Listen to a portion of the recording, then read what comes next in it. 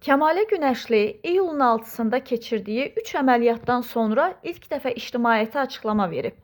O, səhhəti və müalicə prosesi ilə bağlı son vəziyyətini bölüşərək ona dəstək olan hər kəsə təşəkkür edib. Kəmalə Günəşlinin əməliyyatdan sonraki ilk görüntüləri və səmimi sözləri sosial şəbəkələrdə maraqla qarşılanıb. Həmin görüntüləri təqdim edirik. Salam, her vaxtınız xeyir olsun. Yurdumun gözəl insanları. Bildiğiniz kimi 6 iyun tarixində mən əməliyyata alındım. Doktorum Elçin Zodan doktora. Buradan təşəkkürümü bildirirəm. 3 əməliyyat icra elədik. Qol liposuksiyası icra olundu mənə əməliyyatı. Sinə implantı əməliyyatı elədik və abdominoplastika əməliyyatı olundu mənə. Artıq 9 iyun tarixində inşallah evə buraxılacağam. Mən buradan Elçin doktor Zodana özünə və bütün kollektiv heyətinə təşəkkür bildirirəm. Çox gözəl baxdılar.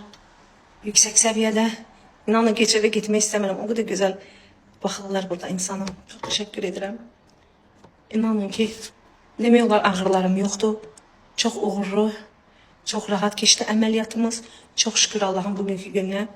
Allah'ın izniyle çok möhtəşəm əməliyyatımız keçdi. Və inşallah kısa bir zamanda yeni proyektlərlə, yeni işlərlə qarşınızda olacağım inşallah.